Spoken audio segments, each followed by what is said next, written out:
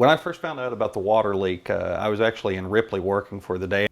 I was live on the air when the governor's first tweet went out basically announcing that this had happened. And it was on Twitter. I'd just checked briefly, and there was a proclamation from Governor Tomblin that said, "Do not use the water in Charleston."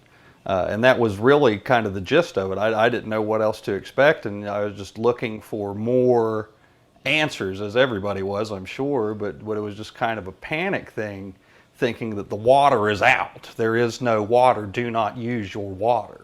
It was clear almost immediately that no one was prepared. And at first, we didn't really know what that meant. I was on the set, I was anchoring, as I said, and so I immediately sent a note to our assignment editor and said, check into this, let's see what this is. And the governor's office issued the do not use notice, or the ban on using the water for anything except to flush the toilet or to put out fires. And we'd confirmed that yes, this came from the governor's office and it is a do not use order, which is different than a boil water advisory, which is, I think, what a lot of people maybe wondered at first. Is this just a boil water advisory? We get those all the time.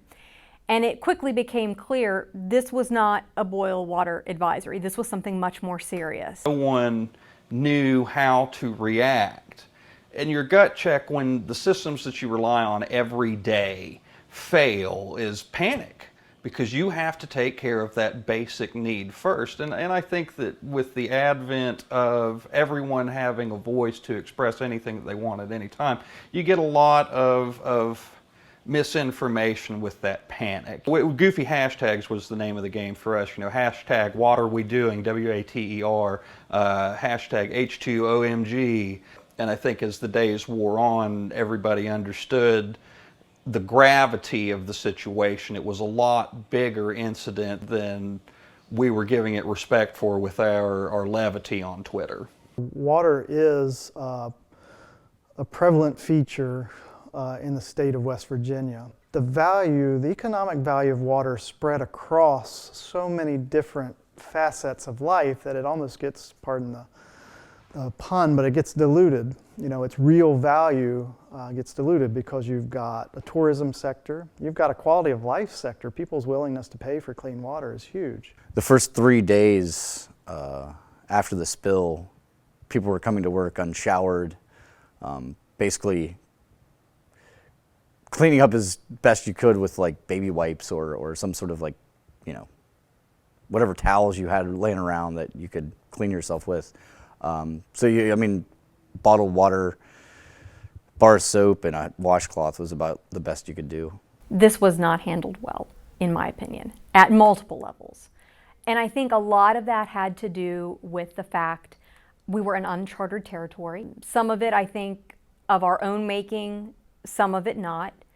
This was a chemical that we knew about and had been a part of the coal industry and the cleaning process for a number of years, but had not been studied very extensively. So we didn't have a lot of information from the scientific community to start with to know, what are the effects? What are the potential hazards?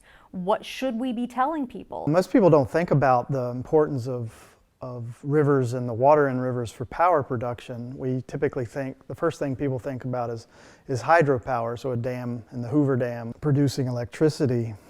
There's more than one reason, at least, why there's so many electrical power producing facilities in West Virginia. We're close to coal, which is the predominant fuel source for those, but also they're lined along the rivers. The rivers are essential in power production and the production of steam that ultimately produces the electricity. The typical ratio that people look at is it takes about 80 pounds of water for every pound of coal to produce electricity. It's a major asset in our state and a resource for a lot of different industrial sectors.